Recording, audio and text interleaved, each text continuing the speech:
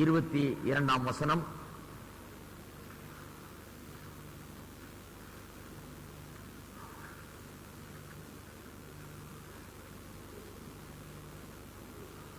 இப்பொழுது நீங்கள் பாவத்தினின்று விடுதலையாக்கப்பட்டு தேவனுக்கு அடிமைகளானதினால் பரிசுத்தமாகுதல் உங்களுக்கு கிடைக்கும் பலன் முடிவோ நித்திய ஜீவன்.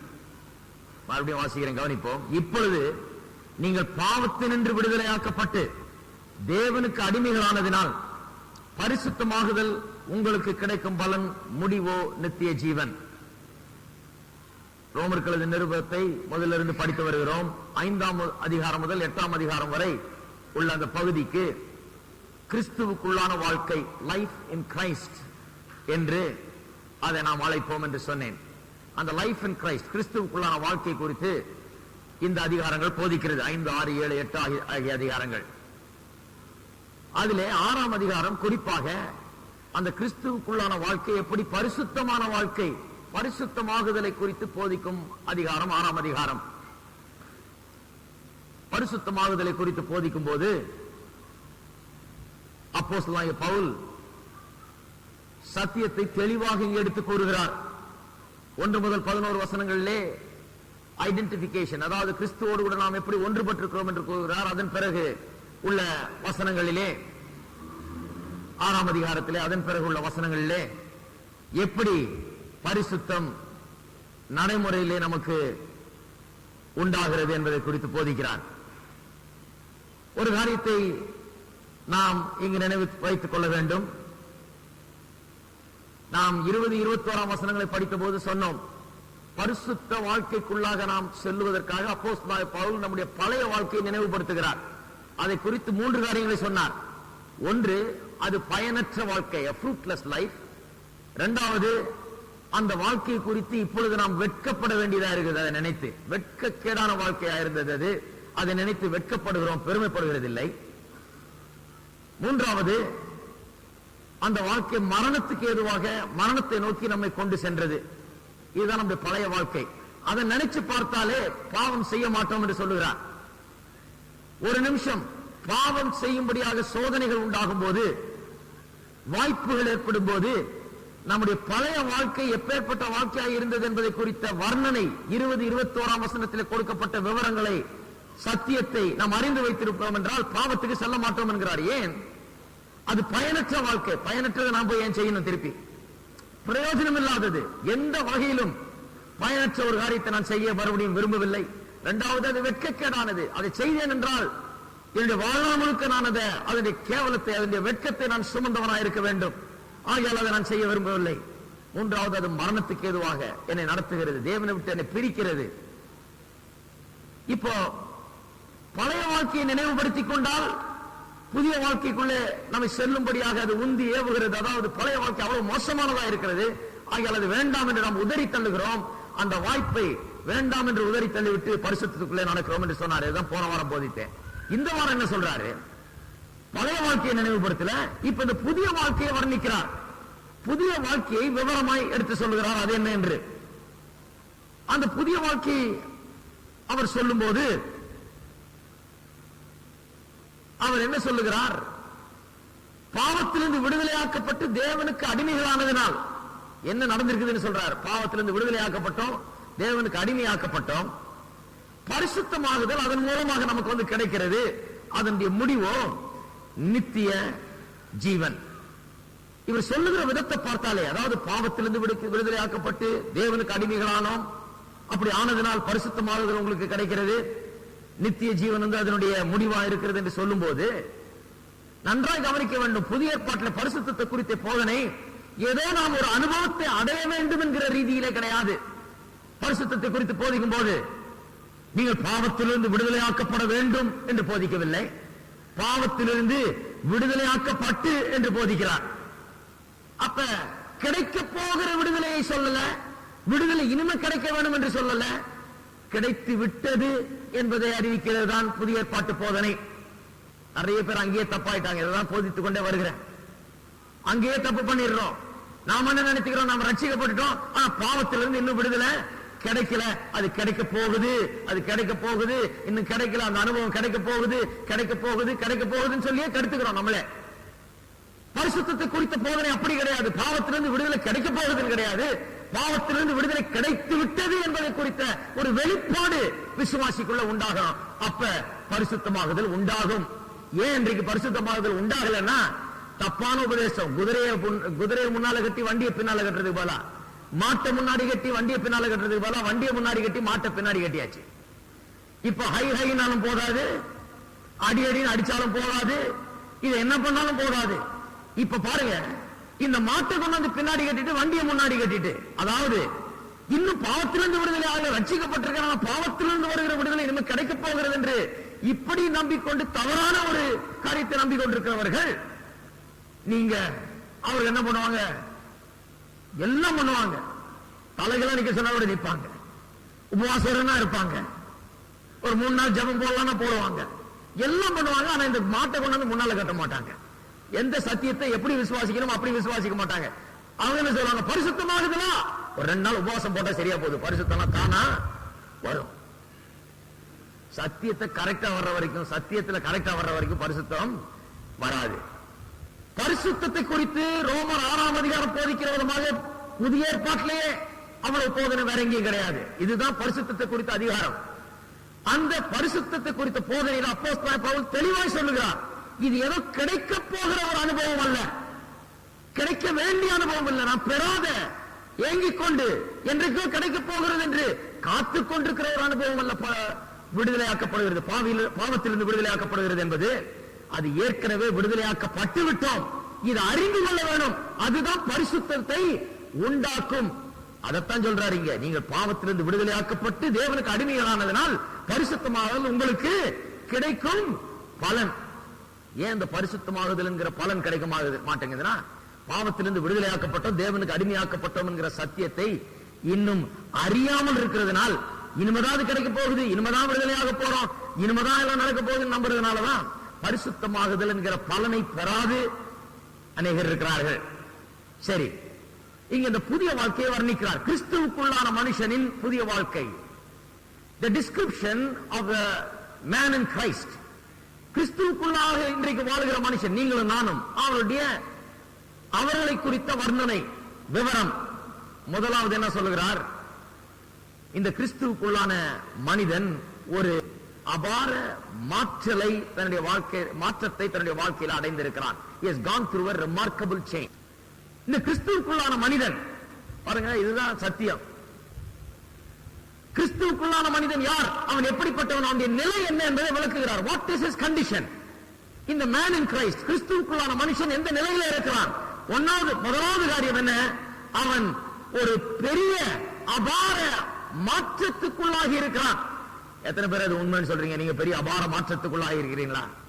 பெரிய அபார மாற்றத்துக்குள்ளாகி இருக்கிறான். இதை ரோமர்கள் நிறுவ 6ஆம் அதிகாரம் நாம் போதித்து வந்த பல வசனங்கள்ல மறுபடியும் சொல்லுகிறார். நீங்கள் அப்படி இருந்தீர்கள், இப்ப இப்படி இருக்கிறீர்கள். முன்ன பாவத்துக்கு அடிமைகளா இருந்தீர்கள், இப்பொழுது நீதிக்கு தேவனுக்கு அடிமைகளா இருக்கிறீர்கள். அப்படி இருந்தோம், இப்படி ஆனோம், அப்படி இருந்தோம், இப்ப இப்படி இருக்கிறோம் என்று சொல்வதுதான் கிறிஸ்துவுக்குள்ளான மனிதனுடைய இன்றைக்கு நிலை. கிறிஸ்துவுக்குள்ளாக ஒரு மனிதன் இல்லை என்றால், இயேசு கிறிஸ்துவை ரட்சகராக ஏற்றுக்கொண்டு ரட்சிப்பின் அனுபவத்தை பெறவில்லை என்றால் அவனுக்குள்ள எந்த மாற்றமும் கிடையாது. இப்பேற்பட்ட ஒரு அபார மாற்றத்தை அவன் அடைந்ததாக அவன் சொல்ல முடியாது. அவனுக்குள்ள எந்த மாற்றமும் கிடையாது. அவன் தன்னுடைய பாவத்தை மாற்றான். இன்னைக்கு இந்த பாவம் செய்துட்டு இருக்கான், நாளைக்கு இன்னொரு பாவம் செய்யறான். அவன் தன்னுடைய சகவாசத்தை மாற்றான். இன்னைக்கு இந்த ஆளுகளோட கூடி திரிகிறான், நாளைக்கு இன்னொரு ஆளுகளோட கூடி திரிகிறான்.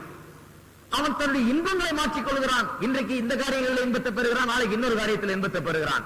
ஆனால் அவனுக்குள்ளாக ஒரு பெரிய மாற்றம் நேரிடுவது கிடையாது. அவன் காரியங்களை மாற்றிக் கொள்கிறான், பாவத்தை மாற்றிக் கொள்கிறான், சகவாசங்களை மாற்றிக் கொள்கிறான், இன்பங்களை மாற்றிக் கொள்கிறான் ஒழிய அவனுக்குள்ளாக ஒரு பெரிய மாற்றம் ஏற்படுவதே கிடையாது. ஆனால் கிறிஸ்துவுக்குள்ளான மனுஷன் முற்றிலுமான ஒரு பெரிய மாற்றத்தை அவன் அடைந்தவன். முன்ன இப்படி இருந்தேன், இப்பொழுது இப்படி இருக்கிறேன் என்று சொல்லுகிறது ஒவ்வொரு கிறிஸ்துவுக்குள்ளான மனுஷனுடைய சாட்சியா இருக்கிறது.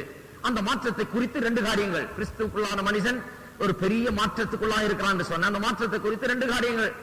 ஒன்று, அந்த மாற்றம் முழுமையான மாற்றம்.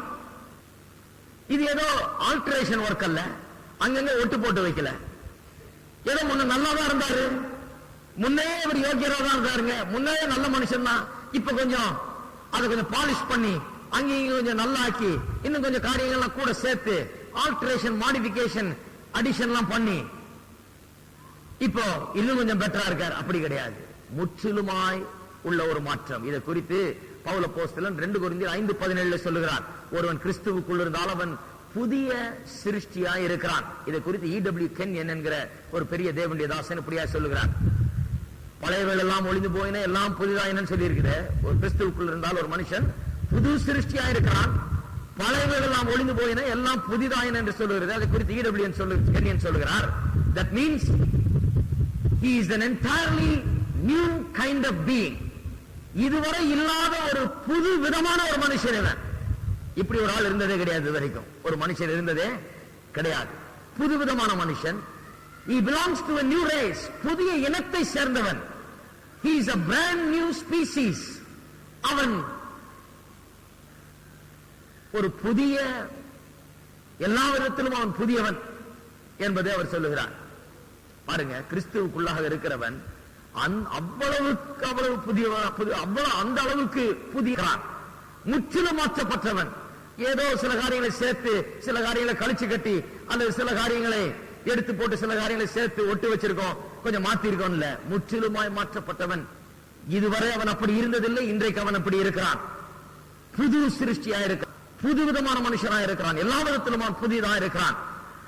அந்த மாற்றத்தை குறித்த இரண்டாவது காரியம் என்னன்னா, அந்த மாற்றம் அவனுடைய முயற்சியினால் உண்டானதல்ல, இது மனுஷனுடைய வேலை அல்ல, இது அந்த மாற்றத்துக்குள்ளாக அவன் ஆக்கப்பட்டிருக்கிறான். அவனை விட பெரிய வல்லமை ஒன்று அவனை அப்படி ஆக்கி இருக்கிறது. ஒரு பெரிய மாற்றத்துக்குள்ளாக அவன் அப்படி ஆகியிருக்கிறான். எப்படி? அவனுடைய கிரியையினால் அல்ல, அது தேவனுடைய செயல். எரேமியால வாசிக்கிறோம், எத்தியோப்பியன் தன் தோலையும் சிவிங்கி தன் புள்ளியையும் மாற்றிக்கொள்ள முடியுமானால் தீமை செய்கிற நாம் நன்மை செய்ய முடியும் என்று. ஒரு மனுஷனும் தன்னை மாற்றிக்கொள்ள முடியாது. எத்தியோப்பியா எப்படி தன்னுடைய நிறத்தின் தோலின் நிறத்தை மாற்ற முடியாதோ, சிவிங்கி தன்னுடைய புள்ளிகளை மாற்றி அமைத்துக் கொள்ள முடியாதோ, அதுபோல நன்மை செய்கிறவன் தீமை செய்கிறவன் நன்மை செய்ய முடியாது. ஏன்? அதனுடைய சுவாபம். பாவிகளாய் இருக்கிறவன் தேவனுக்கு முன்பாக தகுதியுள்ளவனாய் அவன் வாழ முடியாது. ஏனென்றால் அவனுடைய சுவாபமே மாற்றப்பட வேண்டும். ஆகையால் மாற்றப்பட்டோம் என்று சொன்னால் முற்றிலுமாய் மாற்றப்பட்டோம், முற்றிலுமாய் நாம் புது சிருஷ்டியாக மாறி இருக்கிறோம். மாற்றப்பட்டு கொண்டிருக்கிறோம் அல்ல, மாற்றப்பட்டு விட்டோம் என்பதை நாம் கவனிக்க வேண்டும். மாற்றப்பட்டு தேவனுக்கு அடிமைகளாய் இருக்கிறோம். மாற்றப்பட்டோம். அந்த மாற்றப்பட்டோம் என்கிறது இலக்கண ரீதியில பார்க்க போனால் பாசிவ் சென்டென்ஸ். அது பாசிவாக சொல்லப்பட்டிருக்கு. அது என்னன்னா, மாற்றப்பட்டோம் என்று சொல்லும் போது நாம் செய்த ஒன்று அல்ல, நமக்காக செய்யப்பட்ட ஒன்று, நம்மிலே செய்யப்பட்ட ஒன்றை குறிக்கிறது. நாம் சும்மா இருந்தோம், நாம் ஆனால் மாற்றப்பட்டோம். இது நம்முடைய செயல் அல்ல, இன்னொருவருடைய செயல். நாம் மாற்றப்பட்டிருக்கிறோம் என்கிற விதத்தில் அது சொல்லி இருக்கிறது. ஆகையால் இந்த பெரிய மாற்றத்துக்குள்ளாக ஒவ்வொரு விசுவாசியும் வந்திருக்கிறான். அதுதான் உண்மை. கிறிஸ்துவுக்குள்ளாக இருக்கிறவனுக்குள்ளாக ஒரு பெரிய மாற்றம் நேர்ந்திருக்கிறது. அது முழுமையான மாற்றம், அது அவனுடைய செயல் அல்ல, அது தேவனுடைய செயல். ஆகையால் தான் இதை மறுபிறப்பு என்று சொல்லுகிறோம், born again என்று. born again சொன்னா பிறப்பு, மறுபிறப்பு. பிறப்பு பாருங்க, நாம் நம்மையே பிறப்பித்துக் கொள்ள முடியாது. இன்னும் கேட்டா எப்படி பிறந்தீங்கன்னு கேட்டா நமக்கே தெரியாது. எப்ப பிறந்தோம் நமக்கு தெரியல. பிறப்புக்கு நமக்கு சம்பந்தமே கிடையாது. நாம் இந்த உலகத்தில் கொண்டு வரப்படுகிறோம். நாம் நம்மை பிறப்பித்துக் கொள்ளவில்லை, நாம் பிறப்பிக்கப்படுகிறோம். அதுபோலதான் இது நடக்கிறது. ஆகையால்தான் இதை மறுபிறப்பு என்று சொல்லப்படுகிறது. ஏனென்றால் இது நாம் செய்கிற ஒன்றல்ல, மறுபிறப்பு நாம் ஏற்படுத்திக் கொள்ளுகிற ஒன்றல்ல, நமக்குள்ளாக நடப்பிக்கப்படுகிற ஒன்று, நமக்கு செய்யப்படுகிற ஒன்று என்கிற ரீதியிலே அது சொல்லப்பட்டிருக்கிறது. இரண்டாவது காரியம். முதலாவது, கிறிஸ்துவுக்குள்ளான மனுஷன் ஒரு பெரிய மாற்றத்துக்குள்ளாக இருக்கிறான் சொல்லிட்டேன். ஒவ்வொரு விசுவாசியும் இந்த இடத்துல அப்படி சொல்லக்கூடியவர்களா இருக்கலாம். நான் இப்படி இருந்தேன், இன்றைக்கு இப்படி இருக்கிறேன். முழுமையான மாற்றம், ஒட்டு வைக்கல. இது என்னுடைய செயல், என்னுடைய வல்லமை அல்ல. நான் மாறி இருக்க முடியாது. எத்தியோப்பியன் தோலை மாற்ற முடியாது, சிவிங்கி புள்ளியை மாற்ற முடியாது. இது தேவனுடைய செயல், அவர் செய்தது என்று ஒவ்வொரு மனுஷனும், கிறிஸ்துவுக்குள்ளாக இருக்கிற ஒவ்வொரு விசுவாசியும் இன்றைக்கு சாட்சியிடக்கூடியவர்களாய் நாம் இருக்க வேண்டும். இரண்டாவது, இந்த மாற்றம் எந்த வகையானது, எப்படிப்பட்ட மாற்றம், what is the nature of this change என்பதை கவனிக்க வேண்டும். இந்த மாற்றம் எப்படிப்பட்ட மாற்றம், மாற்றம் சொல்றோமே, இது முழுமையானதுன்னு சொல்லிட்டோம், தேவனுடைய செயல்னு சொல்லிட்டோம். ஆனா இது எப்படிப்பட்ட மாற்றம் உண்மையாகவே என்பதை இங்கே சொல்லப்பட்டிருக்கிற காரியங்களை நமக்கு விவரிக்கிறது. என்ன சொல்லி இருக்கிறது? நீங்கள் பாவத்திலிருந்து விடுதலையாக்கப்பட்டு. முதலாவது இந்த மாற்றம் எவ்வகையானது என்று சொன்னால், இது ஏற்கனவே நமக்கு உண்டாயிருக்கிற ஒன்று. அதான் ஆரம்பத்திலே நான் சொல்லிட்டேன், இதுதான் இன்றைக்கு பரிசுத்தத்தை குறித்து ஜனங்கள் பண்ணுகிற பெரிய மிஸ்டேக். இனிமேதான் விடுதலையாக்கப்படுகிறோம், பரப்போகிறோம், இனிமேதான் விடுதலையாக்கப்பட போகிறோம். எவ்வளவு பேர் பாருங்க, போய் ஊரெல்லாம் ஜெபம் பண்ணிட்டு வருவாங்க, ஐயா பாவத்திலிருந்து விடுதலை வேணும், பாவத்திலிருந்து விடுதலை வேணும், பாவத்திலிருந்து விடுதலை வேணும். உண்மையாகவே பார்த்தா பரிதாபம் இருக்கு எனக்கு. சத்தியத்தை போதிக்க, சத்தியத்தை அறிந்து கொள்ள இவர்களுக்கு வாய்ப்பில்லை. அந்த சத்தியத்தை அநேக இடங்களில் சொல்லுகிறது கிடையாது. நீ பாவத்திலிருந்து விடுதலையாக்கப்பட்டா என்று சொல்லணும் யாராவது, அவ்வளவுதான். இந்த ஆள் அது வரைக்கும் தெரிஞ்சுக்கிட்டே தான் இருப்பாரு. ஒரு மீட்டிங்கா போய் எனக்கு பாவத்திலிருந்து விடுதலை வேணும், பாவத்திலிருந்து விடுதலை வேணும், பாவத்தில் விடுதலை வேணும் கேட்டுட்டே இருக்க வேண்டியதுதான். சத்தியம் என்ன? சத்தியத்தை அறிவீர்கள், சத்தியம் உங்களை விடுதலை ஆக்கணும் சொல்லுது. கிடைக்க வேண்டிய விடுதலை கிடைச்சிருச்சு. பாவத்திலிருந்து கிடைக்க வேண்டிய விடுதலை ஏற்கனவே கிடைச்சிருச்சு. அதை குறித்த சத்தியத்தை அறிந்தால் அந்த விடுதலையில நாம் நடக்க முடியும். ஆகியால் தான் இயேசு சொல்கிறார், சத்தியத்தை அறிவீர்கள், சத்தியம் உங்களை விடுதலையாக்கும். சத்தியம் எப்படி விடுதலையாக்கும்? சத்தியம் எப்படி விடுதலையாக்கும்னா, என்ன நடந்ததுன்னு சொல்லுகிறதன் மூலமா, அதனுடைய அறிவை கொடுக்கிறதன் மூலமாக, என்ன நமக்கு நடந்திருக்கிறது, நாம் எப்படி இருக்கிறோம் என்பதை அறிவிப்பதன் மூலமாக நமக்கு விடுதலையை கொண்டு வருகிறது. இன்னைக்கு ஜனங்களுக்கு தேவை இந்த ட்ரூத் என்கவுண்டர் தான், இந்த சத்தியத்தை அறிகிற அறிவு தான் இன்றைக்கு ஜனங்களுக்கு தேவையா இருக்கிறது. ஆகையால் இது எவ்வகையான மாற்றம்? ஒரு பெரிய மாற்றத்துக்குள்ளாக இருக்கிறான் என்று சொல்லுகிறோமே, இது எவ்வகையான மாற்றம்? முதலாவது, இந்த மாற்றம் ஏற்கனவே ஒவ்வொரு விசுவாசிக்குள்ளாகவும் ஏற்பட்டிருக்கிற ஒன்று, ஏற்கனவே ஏற்பட்டிருக்கிற ஒன்று. என்ன மாற்றம்? பாவத்திலிருந்து அவன் விடுதலை ஆக்கப்பட்டிருக்கிறான். எல்லாரும் சொல்லுவோம், பாவத்திலிருந்து நான் விடுதலை ஆக்கப்பட்டிருக்கிறேன். தயவு செய்து இன்னைக்காவது மாட்டை கொண்டாந்து முன்னால கட்டி வண்டியை பின்னால கட்டுங்க, அப்புறம் லேசா இப்படினாலே போவாது. நல்லா இது ஏன் நான் சொல்றேன்னா, நான் இதுலயே வளர்ந்தவன்.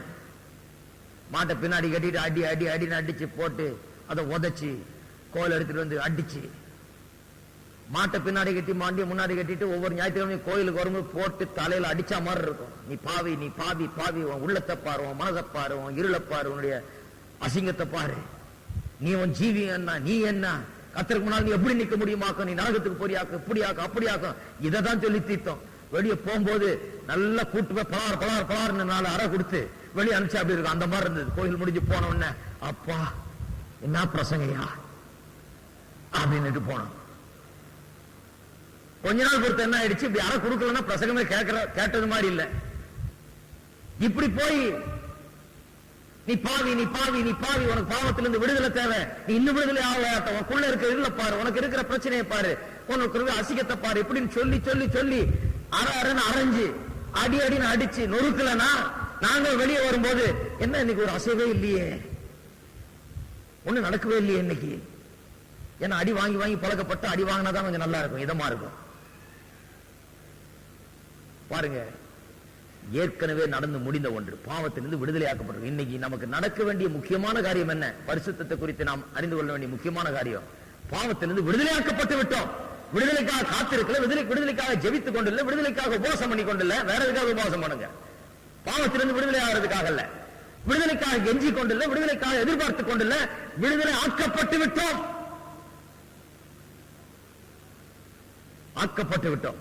ஒவ்வொரு விசுவாசியும் விடுதலை ஆக்கப்பட்டிருக்கிறோம். இரண்டாவது, விடுதலை ஆக்கப்பட்டோம் என்றால் அதனுடைய அதிகாரம், ஆளுகை, பயங்கரம், அதனுடைய ஆட்சி, அதிலிருந்து எல்லை, இதிலிருந்தே விடுதலை ஆக்கப்பட்டிருக்கிறோம். அதிகாரம், ஆளுகை, எல்லை. பாவத்தின் அதிகாரம், ஆளுகை, எல்லை, இந்த 3 காரியத்திலிருந்து விடுதலை ஆக்கப்பட்டிருக்கிறோம். The rule, realm and reign of Satan and sin. பாவத்துக்கு நம்ம மேல அதிகாரம் கிடையாது, பாவத்துக்கு நம்ம மேல ஆளுகை கிடையாது, பாவத்தின் எல்லைக்குள்ளாகவே நாம் இல்ல, பாவத்துக்கு நம்ம இது வல்லமை கிடையாது, நம்ம அது ஆள முடியாது, நம்ம அது ஆட்டி படைக்க முடியாது. பாருங்க, ரோமர் 5ஆம் அதிகாரத்தில் ஒரே ஒரு வசனம் வாசிக்கிறேன், 21ஆம் வசனம். 6ஆம் அதிகாரத்துக்கு வர்றதுக்கு முந்தின வசனம் அது, 5ஆம் அதிகாரத்தின் கடைசி வசனம். ஆதலால் பாவம் மரணத்துக்கு ஏதுவாக ஆண்டு கொண்டது போல கிருபையானது நம்முடைய கர்த்தராகிய இயேசு கிறிஸ்துவின் மூலமாய் நீதியினாலே நித்திய ஜீவனுக்கு ஏதுவாக ஆண்டு கொண்டது. பாவம் ஆண்டு கொண்டதா முந்தி, இப்ப யார் ஆண்டு கொண்டிருக்கிறது? இயேசு கிறிஸ்து கிருபையின் மூலமா உள்ள ஆண்டு கொண்டிருக்கிறார். ஆளுகையே மாறிடுச்சு, ஆளுகையே மாறிவிட்டது. இதைத்தான் போதிக்கணும். இன்னைக்கு ஜனங்க என்ன பண்ணிட்டு இருக்காங்க? பாவத்தின் ஆளுகையிலிருந்து விடுதலை இல்லைங்க, பாவத்தின் அதிகாரத்திலிருந்து விடுதலை இல்லைங்க, இதே தான் சொல்லிட்டு இருக்காங்க. கிடையாது, ஆளுகை மாறி ரொம்ப நாள் ஆச்சு. என்னைக்கு நான் இயேசுவின் பேர்ல விசுவாசம் வைத்து இயேசுவை ஏற்றுக்கொண்டனோ ஆட்சி மாறிடுச்சு. இந்த ஆட்சியை சொல்றேன், உள்ள நடக்கிறது. இங்க ஆட்சி மாறிடுச்சு. இப்ப புதிய நடவடிக்கைகள், புதிய காரியங்கள் நடந்து வருகிறது.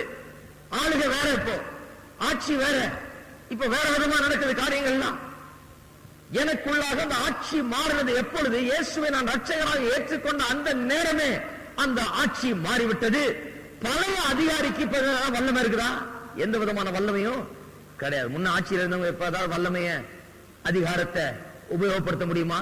எந்த அதிகாரமும் கிடையாது. அதிகாரத்துக்கு இப்ப கீழ்ப்படியணும். ஹலோ, முன்ன அதிகாரத்தை வச்சு ஆட்டி படைக்கலாம், இப்ப அதிகாரத்துக்கு கீழ்ப்படிந்தாக பணிந்தாக வேண்டும். அந்த அதிகாரம் இப்பொழுது வேற அதிகாரம். ஆட்சியை இழந்தவர்கள் அதிகாரத்தை வைத்துக் கொள்ள முடியாது. அதுதான் நம்முடைய வாழ்க்கையில் நடந்தது. பிசாசும் பாவமும் ஆண்டு கொண்டிருந்த வாழ்க்கையில இப்ப இயேசுவும் நீதியும் ஆண்டு கொண்டிருக்கிறது. ஆளுகை மாறிவிட்டது. அந்த விதத்திலே அவ்வகையான ஒரு மாற்றத்தை நாம் அடைந்திருக்கிறோம். மூன்றாவது, எந்த வகையான மாற்றம் இது? பாவத்திலிருந்து விடுதலையாக்கப்பட்டோம் என்று சுருக்கமா சொல்லிட்டாருங்க. அதுல இதெல்லாம் இருக்குது. பாவத்தில் விடுதலையாக்கப்பட்டோம் என்று சொன்னா உடனே அது ஏற்கனவே ஆக்கப்பட்டிருக்கிறோம், இன்னும் ஆக்கப்படல. இரண்டாவது, அதன் ஆளுகை, பாவத்தின் ஆளுகை, அதன் அதிகாரம், அதனுடைய வல்லமை, அதனுடைய எல்லை, இதிலிருந்தே நாம் விடுதலையாக்கப்பட்டிருக்கிறோம். பாவத்துக்கு நமக்கு சம்பந்தம் இல்லை, ஆளுகையே மாறிடுச்சு. அதனால பழைய அதிகாரத்துக்கு நம்ம மேல அதிகாரம் கிடையாது. பாவம் பழைய அதிகாரி, இயேசு இப்ப புதிய அதிகாரி. மூன்றாவது காரியம், அதனுடைய அர்த்தம் என்ன? பாவத்திலிருந்து விடுதலையாக்கப்பட்டோம் என்று சொன்னால் it does not mean sinless perfection. அதாவது இனி நான் ஒருபோதும் பாவமே செய்யாத ஒரு மனுஷன் என்ற அர்த்தத்தில் அல்ல. நான் சொன்னேன் ஏற்கனவே, இந்த மாம்ச சரீரத்தில் நாம் இருக்கிற வரை பாவம் நம்ம ஆட்கொள்ள பார்க்கிறது. எதன் மூலமாக? நமக்குள்ளாக இருந்தல்ல, நமக்குள்ள ஆளுக மாறிடுச்சு. வெளியே இருந்து கொண்டு எப்படியாவது உள்ள நுழையலாமா, எப்படியாவது உள்ள நுழையலாமா பார்த்துட்டு இருக்குது. ஆட்சி இழந்த ஆள் என்ன பண்றாரு? வெளியே இருந்துகிட்டு திரும்ப எப்படியாவது ஆட்சிக்கு வரலாமா, திரும்ப ஏதாவது சான்ஸ் கிடைக்குமா, திருப்பி ஏதாவது பொய்யும் புரட்டின்னு சொல்லி என்னத்தையாவது பண்ணி திருப்பியும் வந்துடலாமா, திருப்பியும் ஏதாவது ஏமாத்து வேலை பண்ணி வந்துடலாமா, அந்த ஆட்சி எப்படியா திரும்பவும் பிடிக்கலாமா என்று சொல்லி வெளியே இருந்து கொண்டு முயற்சி நடக்கிறது. அதுதான் நம்முடைய வாழ்க்கையில் நடந்து கொண்டிருக்கிறது. பழைய அதிகாரியை துரத்தியாச்சு வெளியே. பழைய அதிகாரி அந்த ஆட்சி முடிந்து விட்டது, வெளியே போயாச்சு. அங்க வெளியே இருந்து கொண்டு இப்ப திரும்பவும் ஆட்சியை பிடிக்கலாமான்னு என்ன முயற்சி பட்டு அந்த பழைய அதிகாரி முயற்சி பண்ணிட்டு இருக்கார். எது மூலமா? நம்முடைய பாவ சரீரத்தின் மூலமாக. நம்முடைய சரீரம் இன்னும் மீட்கப்படவில்லை. சரீரத்துக்கு சுகம் இருக்குது, நீடிய ஆயுள் இருக்குது, ஆரோக்கியம் இருக்குது, எல்லாம் இருக்குது. ஆனா இன்னும் மீட்கப்படவில்லை. அதாவது இன்னும் புதிதாகவில்லை. நம்முடைய ஆவி புதிதாகிவிட்டது, நம்முடைய மனம் புதிதாகி கொண்டே இருக்கிறது. நம்முடைய சரீரம் இன்னையிலிருந்து நாம் 100 வருஷம் வாழ்ந்தாலும் புதிதாக போகிறது இல்லை. இயேசு வரும்போது ஒரு க்ஷணப்பொழுதிலே புதிதாக போகிறது நம்முடைய சரீரம். அதனுடைய மாற்றத்துக்கு நம்ம காத்திருக்கணும். இந்த வாழ்க்கையில் அந்த சரீரம் மாற போறதில்லை, சரீரம் பின்னாடி மாற போகிறது. ஆகிய அந்த மாம்ச சரீரத்தில் இருக்கிற வரை பாவம் இந்த மாம்ச சரீரத்தின் மூலமாக நம்ம ஆட்கொள்ள பார்க்கிறது. என்ன இதுல பெரிய வித்தியாசம்னா, பாவத்திலிருந்து விடுதலையாக்கப்பட்டோம்னா சின்லெஸ் பெர்ஃபெக்ஷன் இல்ல, அதாவது பாவமே செய்யாத ஒரு ஆள் அல்ல. முன்ன இந்த ஆளுக்கு இந்த ஆளை கீழே போட்டு பாவம் மேல உட்கார்ந்து நசுக்கிட்டு இருந்தது. முன்ன எப்படி இருந்தாரு? பாவத்துக்கு அடிமையா இருந்தார், பாவத்துக்கு உட்பட்டு இருந்தார். வேத வசனத்தில் யூஸ் பண்ற லாங்குவேஜ் அது. பாவத்துக்கு அடிமை, பாவத்துக்கு உட்பட்டவர், பாவத்தின் அதிகாரம் வல்லமைக்கு கீழாக இருந்தவர். பாவம் மேல உட்கார்ந்து இவர் அழுத்திக் கொண்டிருந்தது. இப்ப என்ன ஆயிடுச்சு? இவர் மேல வந்துட்டாரு. பாவம் என்கிற அதிகாரம் கீழே போயிருக்குது, இவர் மேல உட்கார்ந்துகிட்டு அதை அழுத்திக்கிட்டு இருக்கிறாரு. அது எப்படியா தப்பிச்சு வெளியே வந்து ஆளுகை செய்யலாமான்னு பார்த்துட்டு இருக்கு. அவ்வளவுதான். அதுதான் விசுவாசிக்கும் அவிசுவாசிக்கும் உள்ள வித்தியாசம். பாருங்க, விசுவாசியை பார்த்து தான் வேதம் சொல்லுகிறது. நல்ல கவனிங்க. Resist the devil and he will flee from you. பிசாசை எதிர்த்து நில்லுங்கள், அப்பொழுது அவன் ஓடி போவான். இருக்கிறீங்களா? விசுவாசியை பார்த்து உனக்கு பிசாசு தொல்லை அதிகமா இருந்தால், உனக்கு பில்லி சூனிய மந்திரவாதம் எல்லாம் உன்னை பிடிச்சு ஆட்டி படைத்துக் கொண்டிருந்தால், அதுக்கு யாராவது பில்லி சூனிய மந்திரவாத ஸ்பெஷலிஸ்ட் பார்த்து போய் அதை சரி பண்ணிக்கொண்டு சொல்லியிருக்க வேதம்? வேதத்தில் நிருபங்களை வாசித்து பாருங்கள் தயவு செய்து. எங்கேயுமே அப்படி சொல்லவில்லை. எங்கேயுமே நிருபங்கள் விசுவாசிகளுக்காக எழுதப்பட்டது.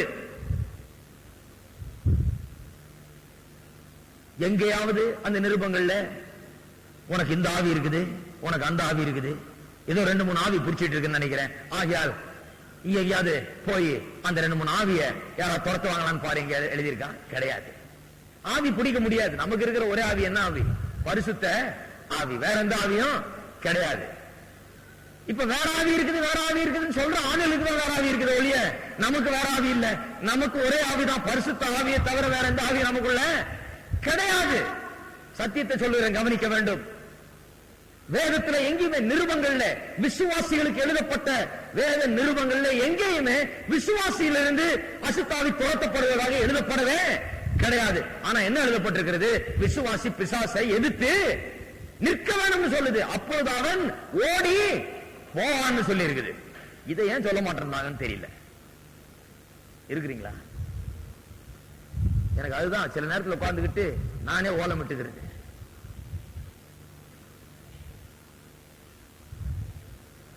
என்னன்னு தெரியல. நான் ஜெபம் பண்ணா தெரியாது, நான் எங்கிட்ட எங்க நான் பண்றேன், நான் இதை செய்யறேன். நீங்க கேட்ட ஆண்டவர் தருவார்னு ஏன் சொல்ல மாட்டேறீங்க? அது சொன்னா யாரும் வரமாட்டாங்க. விசுவாசிகளுக்கு இன்றைக்கு போதிக்கப்பட வேண்டிய காரியம் என்ன? நீங்கள் கேட்டால் கிடைக்கும். நீங்கள் பிசாசை எதிர்த்து நிற்கலாம். அப்பொழுது அவன் ஓடி போவான். என்ன பண்ணுவான்? ஓடி போவான். எனக்கு ஞாபகம் இருக்கு, அந்த காலத்தில் ஒருத்தர் வந்து பிரசங்கம் பண்ணாரு. இங்க இருந்து பிளேன் டிக்கெட் கொடுத்து கூப்பிட்டாங்களாம் அவரை டெல்லிக்கு. யாருக்கோ 4 பேய் இருந்ததுன்னு. அங்க போய் இதுவரைக்கும் யாராலையும் விரட்ட முடியாத பேய இவரு விரட்டினாராம். யாருக்கு பேய்? விசுவாசிக்கு. அது ஏதோ பில்லி சூனிய மந்திரவாதம் அப்படின்னு சொல்லி அங்க போய் அதெல்லாம் பார்த்து சரி பண்ணிட்டு அங்க இருந்து இட்டாரிசி போனாராம். அங்க வேற 4-5 பேய விரட்டினாராம். இப்படியே பிளேன்ல பறந்து போய் பேய விரட்டிட்டு இருக்காரு. அவர் சொன்னதை கேட்டு முடிச்ச உடனே நான் நினைச்சேன், நமக்கு ஏதாவது பேய்னா நாளைக்கு இவரை தான் கூப்பிடணும். எதுக்கு இவர் அட்ரஸ கரெக்டா வாங்கி வச்சுக்குவோம். கொஞ்சம் செலவாகும், பரவாயில்ல. என்ன இப்போ பிளேன் டிக்கெட்டு கேட்பாரு, அவ்வளவுதானே 2000 ரூபாய் கொடுத்துட்டு போறது. ஏதாவது பேய்னா இவர் இருக்கவே இருக்காரு, பெரிய ஆளா இருப்பார் போல இருக்கு. அடே அப்பா, இங்க இருந்து பறந்து போய் அந்த 4 பேய ஓடன்னு விரட்டிட்டு வந்திருக்காரு. கரெக்டா அட்ரஸ வாங்கி வச்சுக்கோன்னு. அதுக்குதான் அந்த காலத்துல அப்படியே போயிடும். ஐயா உங்க அட்ரஸ் ஐயா, உங்களையும் எங்கன்னு தெரிஞ்சு வச்சுக்கிறேன். எப்படி கான்டாக்ட் பண்றது, எங்க வந்து லைன்ல நிக்கிறது, எப்படி உங்கள்கிட்ட வந்து எதை பெற்றுக் கொள்றது. இப்படிதான் கிறிஸ்தவங்க பாருங்க. அப்புறம் தான் எனக்கு தெரிஞ்சது, பிசாசை எதிர்த்து நில்லுங்கள் அப்போது அவன் ஓடி போவான்னு சொல்லி இருக்குது. ஆகியாதான் நான் அங்கெல்லாம் ஓடுறது இல்ல, பிசாச ஓட்டுறேன். பிசாசு ஓடி போவான்னு சொல்லி இருக்கிறது விசுவாசிக்கு தெரிஞ்சா ஓட்டுவான். நான் வந்து ஓட்டுறேன்னு சொன்னா கண்டிப்பா உங்க இடத்துல தான் வருவான். இதான் பெரிய வித்தியாசம்.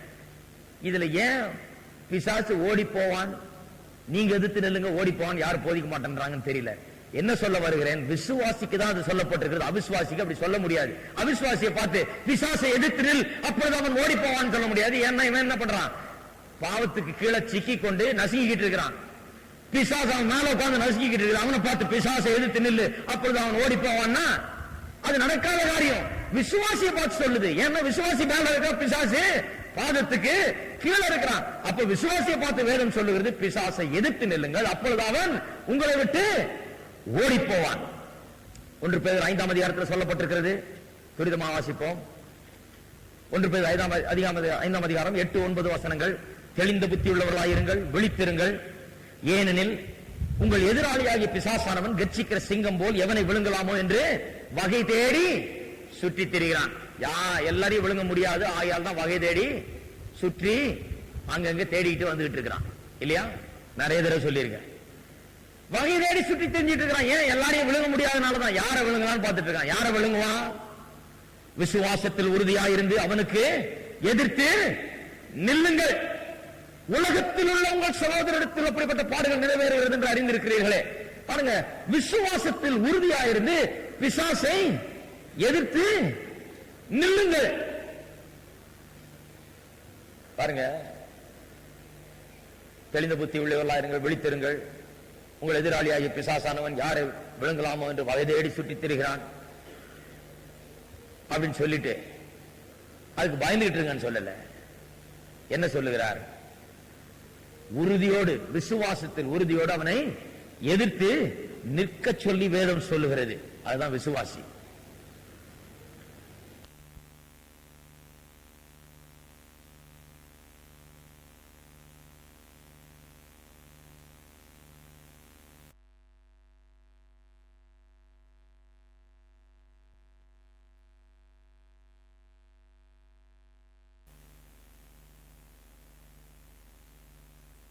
அங்கு விசுவாசிக்கு என்ன சொல்லப்பட்டிருக்கிறது பார்ப்போம்.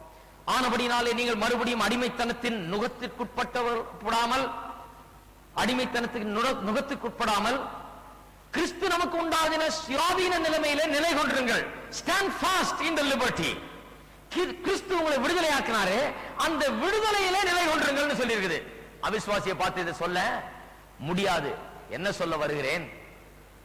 விடுதலை நமக்கு ஏற்கனவே உண்டாகிவிட்டது. விடுதலை நம்முடையது. பிசாசை எதிர்த்து நிற்க வேணும், பிசாசை ஜெயிக்க வேண்டும். அந்த விடுதலையிலே நாம் நிற்க வேண்டும். பாவத்திலிருந்து இயேசு நம்மை விடுதலையாக்கி இருக்கிறார். விடுதலை ஆக போவதில்லை, ஆக்கி விட்டார். அது ஏற்கனவே ஆன ஒன்று. ஆகையால் அந்த விடுதலையில நாம் ஜீவிக்க வேண்டும் என்று வேத வசனம் இங்கே சொல்லுகிறது. திரும்ப ரோமர் 6ஆம் அதிகாரத்துக்கு போவோம். பாவத்திலிருந்து விடுதலையாக்கப்பட்டு என்று சொல்லிட்டு அதன் பிறகு சொல்லி இருக்குது, தேவனுக்கு அடிமைகளானதினால். ரெண்டு காரியம் நமக்கு நடந்திருக்குது. எந்த வகையான மாற்றம் நமக்கு நேர்ந்திருக்கிறது என்பதை பார்க்கும்போது அது ரெண்டு வகை. ஒன்னு, பாவத்திலிருந்து விடுதலையாக்கப்பட்டு சொன்னா ஏற்கனவே ஆனாச்சு, ஆன விடுதலை. அது பாவத்தின் ஆளுகை, அதன் அதிகாரத்திலிருந்து விடுதலை ஆனோம் என்றெல்லாம் பார்த்தோம். இப்பொழுது இன்னொரு காரியத்தை சொல்லுகிறார், தேவனுக்கு அடிமைகளானதினால் என்று சொல்லுகிறார். இதுவும் ஒரு பெரிய சத்தியம். பாவத்துக்கு விடுதலையானோம் என்று மட்டுமல்ல, தேவனுக்கு அடிமைகளானோம் என்கிற அறிவு ஒவ்வொரு விசுவாசிக்கும் நாம் வர வேண்டும். அப்பதான் இது எவ்வகையான மாற்றம் என்பது தெளிவாக விளங்க வேண்டும். பாவத்துக்கு அடிமையா இருந்தவர்கள் இப்பொழுது தேவனுக்கு அடிமையானோம். அடிமையானோம் என்கிற அந்த அடிமை என்கிற வார்த்தையை என்னத்தை குறிக்கிறது? முதலாவது, அது ஒரு புதிய எஜமான் நமக்கு வந்து விட்டார். ஒரு புதிய எல்லைக்குள்ளாக, புதிய ராஜ்யத்துக்குள்ளாக நாம் வாழுகிறோம். புதிய ஒருவர் நம்மை சொந்தம் கொண்டாடுகிறார். புதிய ஒரு எஜமானுக்கு நாம் சொந்தமானவர்கள் என்கிற அறிவு நமக்கு உண்டாக வேண்டும். 1 கொரிந்தியர் இருப்போம். 1 கொரிந்தியர் 6ஆம் அதிகாரம் 20ஆம் வசனம். செவ்வாய்க்கிழமை சாயங்காலங்கள்ல இத போதித்துக் கொண்டு வருகிறோம். கிரயத்துக்கு கொல்லப்பட்டீர்கள். 1 கொரிந்தியர் 6:20. கிரயத்துக்கு கொல்லப்பட்டீர்கள், ஆகையால் தேவனுக்கு உடையவைகளாகிய உங்கள் சரீரத்தினாலும் உங்கள் ஆவியினாலும் தேவனை மகிமைப்படுத்துங்கள். தேவனுக்கு உடையவர்களாகிய இந்த சரீரம் யாருக்கு உடையது? தேவனுக்கு உடையது. It's owned by God. இது தேவனுக்கு சொந்தமானது, தேவனுக்கு உடையது என்று சொன்னால் வாங்கி கிரயத்துக்கு கொல்லப்பட்டீர்கள் சொல்லிட்டு தான் சொல்லுது தேவனுக்கு உடையவர்கள் என்று. அப்பனா வாங்கிட்டாரு. இப்ப யாருக்கு சொந்தம்? இது அவருக்கு சொந்தம். இது அவருக்கு சொந்தமா இருக்குமானால், அவருக்கு சொந்தம் என்ற அறிவு முதல்ல வரணும். அவருக்கு சொந்தமாயிருக்குமானால் இந்த சரீரத்தை வைத்து எப்படி வேணுமென்றாலும் வாழலாம், என்ன வேணுமென்றாலும் செய்யலாம், எந்த காரியத்துக்கும் இதை பயன்படுத்தலாம் என்று என்கிற சுயாதீனம், லிபர்ட்டி, ஃப்ரீடம் எனக்கு கிடையாது. அல்ல கவனிங்க, இந்த சரீரம் கிறிஸ்துவுக்கு சொந்தமானதானால் நான் கிரயம் கொடுக்கப்பட்டு வாங்கப்பட்டவனாக இருப்பேன் என்றால் இந்த அவயவங்கள் அவருக்கு சொந்தமாக இருக்கிறது. ஆகையால் அதை என் இஷ்டப்படி, என் விருப்பப்படி, என்னுடைய சுயேட்சைகளை நிறைவேற்றுவதற்கு நான் அறிந்தபடி இதை உபயோகப்படுத்துவது தவறு. அப்படிப்பட்ட உரிமை எனக்கு கிடையாது. இன்றைக்கு ஏன் பாருங்க, விசுவாசிகள் இன்றைக்கு ஏன் பாவம் செய்யறாங்க? கொஞ்சம் யோசித்து பாருங்க. விசுவாசிகள் ஏன் இன்றைக்கு பாவத்தை செய்கிறார்கள் சொன்னா, இன்னைக்கு எல்லாம் சொல்லிட்டாங்க அந்த காலத்துல அது ஒரு பலவீனம் பிரதர், என்ன சொன்னாங்க? அது ஒரு மாம்ச பலவீனம் பிரதர், அது ஒரு மாம்ச பலவீனம், அது ஒரு மாம்ச பலவீனம், அது ஒரு மாம்ச பலவீனம் சொல்லி நாங்கள் அந்த காலம் நினைச்சிட்டு இந்த மாம்ச பலவீனத்துக்கு வர வழியே இல்லை போல இருக்குது, இது ஒரு நோய் மாதிரி, இது வந்துருச்சுன்னா இது விடாத ஆளை, இது இப்படியே தான் இருந்து இப்படியே தான் போய் சேரணும் பல பரலோகத்துக்கு நினைச்சிட்டு இருந்தோம். அதனால என்ன நினைச்சு, இது ஒரு பிபி மாதிரி, பிளட் பிரஷர் மாதிரி, இல்ல டயபெட்டிஸ் மாதிரி, இது கொலஸ்ட்ரால் மாதிரி, இது வந்துருச்சு செட் ஆயிடுச்சு, இனிமே ஏதாவது அன்னைக்கு கொஞ்சம் லேசா ஏதாவது மாத்திரை எடுத்துக்கிட்டு அப்படியே இருக்க வேண்டியதுதான் அப்படிங்கிற ரீதியில திங்க் பண்ண ஆரம்பிச்சிட்டோம். ஏன்னா இதான் சொன்னாங்க, அது மாம்ச பலவீனம், அது மாம்ச பலவீனம், மாம்ச பலவீனம்னு. ஏன் பாவம் செய்கிறார்கள் விசுவாசிகள் கொஞ்சம் சிந்தித்து பார்க்கணும். ஒண்ணு, அவர் பாவத்திலிருந்து விடுதலையாக்கப்பட்டவங்கிற அறிவு கிடையாது. அந்த பாவத்துக்கு என் மேல என்ன அதிகாரம் கிடையவே கிடையாது. அதன் எல்லையிலிருந்து வெளியே வந்தாச்சு. அந்த பாவம் என்னை எப்படி ஆட்கொள்ள முடியும், அதன் அதிகாரத்தில் நான் எப்படி வாழ முடியும், அதுக்கு அதிகாரம் இல்லையே என்று திங்க் பண்றது கிடையாது, அப்படி யோசிக்கிறது கிடையாது. அது முதல்ல. ரெண்டாவது என்ன, நான் தேவனுக்கு அடிமையாயிருக்கிறேன் என்ற அறிவு கிடையாது.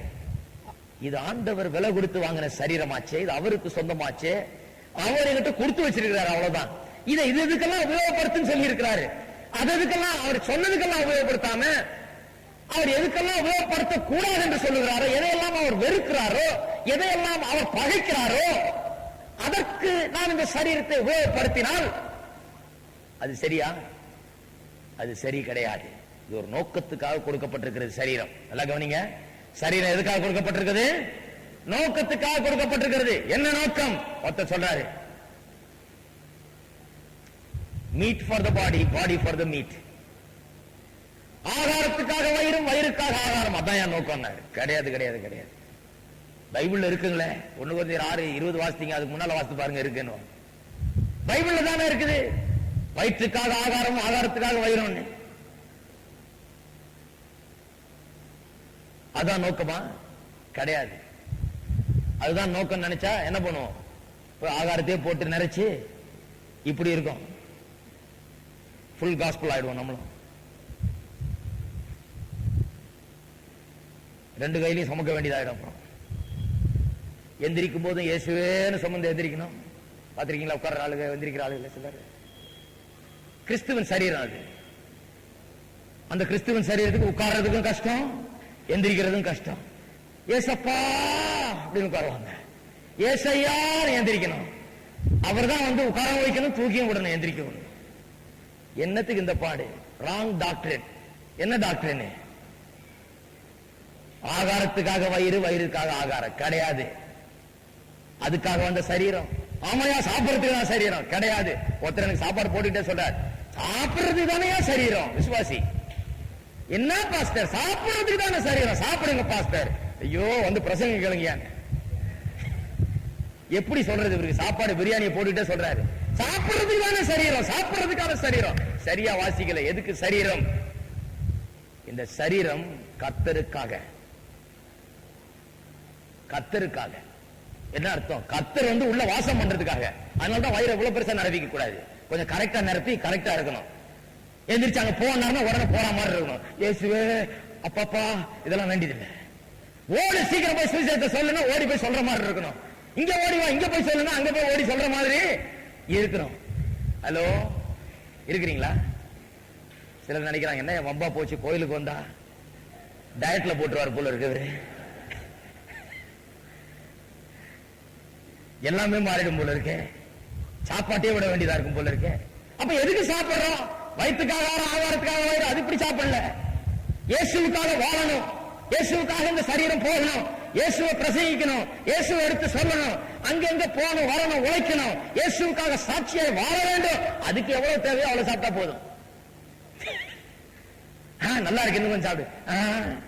இதுக்கு எவ்வளவு தேவை அவ்வளவுதான், அதுக்கு மேல தேவை கிடையாது. செவ்வாய்க்கிழமை வர்றவங்களுக்கு எல்லாம் ஒரே சிரிப்பா இருக்குது, ஏன்னா அவங்களுக்கு முழுசா அங்க கிடைச்சிருக்குது. இது சிலர் வராதனால இங்க கொஞ்சம் லேசா கொடுக்குறேன். இருக்கிறீங்களா? என்ன அறிவு இல்லை, இந்த சரீரம் கர்த்தருடையது, நீ என்னது இல்லை, அது நான் இஷ்டத்துக்கு எல்லாம் செய்ய முடியாது. இது கர்த்தருடைய சரீரம், அதுக்காகவே தான் அந்த சரீரம் இருக்குது. அவர் வந்து எனக்குள்ள வாசம் பண்ணும்படியாகவே தான் இந்த சரீரம் இருக்குது, வேற எதுக்காகவும் கிடையாது. இயேசு இந்த சரீரத்தை வாசம் பண்ணி நான் தேவனுடைய ஆலயமாய் இருக்க வேண்டும். அதுதான் இந்த சரீரத்தின் நோக்கம். தேவனுக்காக வாழ வேண்டும். நான் அதான் அந்த சரீரத்தின் நோக்கம். அப்படின்னா நமக்கு உரிமையே கிடையாது. இதை எதுக்கெல்லாம் உபயோகப்படுத்தலாம் என்கிறத பற்றி அவர் என்ன சொல்றாரோ அதுக்கு தான் உபயோகப்படுத்தணும் ஒழிய எல்லாவற்றுக்கும் உபயோகப்படுத்த கூடாது. ஆகையால் தான் நிறைய காரியத்தை செய்யறது இல்ல. இந்த அறிவு மட்டும் விசுவாசிகளுக்குள்ள இருந்ததுன்னா, ஒவ்வொரு நாளும் இந்த அறிவினால் நிறைந்திருந்தார்கள் என்றால், சாப்பிடுறது மட்டும் இல்ல, எல்லாத்திலையுமே இந்த சரீரத்தை எதுக்கு உபயோகப்படுத்தணுங்கிறதுல ரொம்ப ஜாக்கிரதையா இருப்போம். ஐயோ அதுவா வேண்டாம், கர்த்தருக்கு பிரியமில்லாத காரியம். ஏன்? கர்த்தர் எனக்குள்ள இருக்கிறார், அவருடைய இந்த சரீரம், இதை கொண்டு போய் இதுல போய் நான் கைய வச்சா அவர் என்ன ஆகுறது? உள்ள இருக்கிறாரு. இந்த சாக்கடையில போய் நான் இறங்கினா இயேசு உள்ள இருக்கிறாரு, அவர் என்ன ஆகுறது? அவருடைய சரீரம். அவர் போன் சொன்னா நான் போவேன், அவர் உட்கார்னா உட்கார்றேன், அவர் எந்திரினா எந்திரிக்கிறேன், அவர் செய்ய சொன்னா செய்யறேன். அவ்வளவுதான ஒழிய இந்த சரீரம் அதுக்கு தான் கொடுக்கப்பட்டது ஒழிய மற்ற எந்த காரியத்துக்காகவும் இல்லை என்கிற மேலான உணர்வு நமக்குள்ள உண்டாக வேண்டும் இல்லையா? ஆனா பாருங்க, இன்றைக்கு பரிசுத்தத்தை குறித்து எண்ணுகிறது எப்படி எண்ணுகிறார்கள் நிறைய பேர். ஒரே சோதனையா இருக்குதையா, இந்த மாம்ச பலவீன போவோம் நம்மள மேற்கொள்ள பாக்குதையா, இதை ஜெயிக்கிறது எப்படியா, இதுல இருந்து எப்படி மேற்கொள்றது, இப்படியே யோசிக்கிறாங்க. இது ஒரு பெரிய ஆவிக்குரிய திங்கிங் நினைக்கிறாங்க. இந்த சோதனை, இந்த பாவ சோதனை என்ன இப்படி ஆட்டுதாக்கும், என்ன இப்படி ஆட்டி படைக்குதாக்கும், என்ன இப்படி தொந்தரவு பண்ணுதாக்கும். நான் சொல்றேன் கேளுங்க, அதை விட்டுருங்க. இந்த பாவ சோதனை இப்படி வந்தது அப்படி வந்தது என்ன மேற்கொள்ள அப்படி பேசாம எப்படி பேசணும்? நான் பாவத்திலிருந்து விடுதலை ஆக்கப்பட்டேன், விடுதலை ஆயிட்டேன். அந்த பாவத்தின் எல்லையில், அதன் அதிகாரத்தில், அதன் ஆளுகையில், அதனுடைய வல்லமையில நான் கிடையாது, அதுக்கு மேல அதிகாரம் கிடையாது. நான் தேவனுக்கு அடிமையாகி விட்டேன். நல்ல விதத்துல வாலண்டியர் அடிமையாயிட்ட, போயிட்டு அவர் சொன்னதான் செய்வேன் என்று ஒப்பு கொடுத்துட்டேன். நான் தேவனுக்கு அடிமையா இருக்கிறேன். இந்த சரீரம் அவருக்கு சொந்தமா இருக்கிறது. பாருங்க, கிறிஸ்தவ விசுவாசிகள் என்னைக்கு என் சோதனை, என் மாம்ச பலவீனம், இந்த பாவத்திலிருந்து எனக்கு விடுதலையே கிடையாது, இதெல்லாம் இந்த பேச்சை மாத்திரையே சரிப்படவே முடியாது. இந்த பேச்செல்லாம் மாறி என்ன பேச்சு வரணும்? பாவத்திலிருந்து விடுதலையான, நான் பாவத்துக்கு அடிமை இல்ல, பாவத்துக்கு என் மேல அதிகாரம் கிடையாது, நான் தேவனுக்கு அடிமை, இந்த சரீரம் கர்த்தருக்கு சொந்தமானது, இதை கர்த்தருக்காக மட்டுமே உபயோகப்படுத்துவேன், அவருடைய நோக்கத்தை நிறைவேற்றுவதற்காக மட்டுமே இதை நான் உபயோகப்படுத்துவேன் என்று சொல்லி அப்படி யோசிக்க ஆரம்பித்தால், பாவத்தின் சோதனையா அதன் மேல அது எவ்வளவு வல்லமை இருக்குது, அதெல்லாம் நான் பேசவே மாட்டோம், அது நம்ம ஆட்கொள்ளவே முடியாது. பாருங்க, தப்பான எண்ணங்கள் பரிசுத்தத்தை குறித்து. ஆகையால் தான் அதிலிருந்து மீள முடியாத, பாவத்திலிருந்து மீள முடியாத ஒரு அந்த பாவத்தையே செய்து கொண்டிருக்கிற ஒரு வாழ்க்கை. ஏன்? தப்பான திங்கிங். அதை சரிப்படுத்தணும். ஜனங்க முக்காவாசி இன்றைக்கு எப்படி யோசிக்கிறாங்க இந்த பரிசுத்தத்தை பற்றி? யோ, அந்த விடுதலை எனக்கு கிடைக்கணையா, அந்த விடுதலை எனக்கு கிடைக்கணும் கிடைக்கணும் கிடைக்கணும்ன்றாங்க. பவுல் அப்போஸ்தலன் டீச் பண்றாரு, ரோமர் 6ஆம் அதிகாரத்துல போதிக்கிறார் பரிசுத்தத்தை பற்றி. அந்த விடுதலை கிடைச்சிருச்சு கிடைச்சிருச்சு கிடைச்சிருச்சுன்றாரு. நம்ம விசுவாசிகள் என்ன பண்றாங்க? அது கிடைக்கணுங்க, அது கிடைக்கணுங்க கிடைக்கணுங்கன்றாரு. இவர் சொல்றாரு கிடைச்சிருச்சு கிடைச்சிருச்சு கிடைச்சிருச்சுன்றார். நீங்க சொல்றீங்க கிடைக்கணுங்க கிடைக்கணுங்க கிடைக்கணும். என்னைக்கு கிடைக்கணுங்கன்றதை விட்டுட்டு கிடைச்சிருச்சுங்க கிடைச்சிருச்சுங்க கிடைச்சிருச்சுங்கன்றது அன்னைக்குதான் கிடைக்கும் இல்லையா? ஆகியால மாம்ச பலவீனம், சோதனை இதெல்லாம் பற்றி பேசாம என்ன கிடைச்சிருக்குது, பாவத்திலிருந்து விடுதலை கிடைச்சிருக்குது, நான் தேவனுக்கு அடிமையாகிவிட்டேன் என்பதை நான் பேச வேணும். தேவனுக்கு அடிமையாகிவிட்டேன் என்று சொல்றதுல மூன்றாவது காரியம் என்ன? அடிமையாகிவிட்டால் அதனுடைய அர்த்தம் என்ன? நாம் அவருக்கு அடிமைகளாக இருக்கிறபடினாலே அவருடைய கரத்திலிருந்து நம்ம யாரும் பறித்து போட முடியாது. அவருடைய கரத்திலிருந்து நம்ம யாரும் பறித்து போட முடியாது. பாருங்க, பழைய ஏற்பாட்டு முற்பிதாக்கள், நம்முடைய முற்பிதாக்கள் எல்லாம் பிசாசு எல்லாரையும் மேற்கொண்டான், எல்லாத்தையும் பாவத்தில் வீழ்த்தினான், எல்லாரையும் தோல்வி அடைய வைத்தான். அவர்கள் இந்த பிசாசின் வல்லமையிலிருந்து மீளும்படியாக எவ்வளவு முயற்சி பண்ணாங்க, ஆனா யாருமே அதுல இருந்து மீள முடியல. யாருமே அப்பேற்பட்ட ஆள் கிடையாது. பாவத்தின் வல்லமையிலிருந்து, அதிகாரத்திலிருந்து, அதன் ஆளுகையிலிருந்து பழைய ஏற்பாட்டு பரிசுத்தவான்களே யாரும் மீளல. அது அதிகாரத்துக்கு கீழே இருந்தாங்க.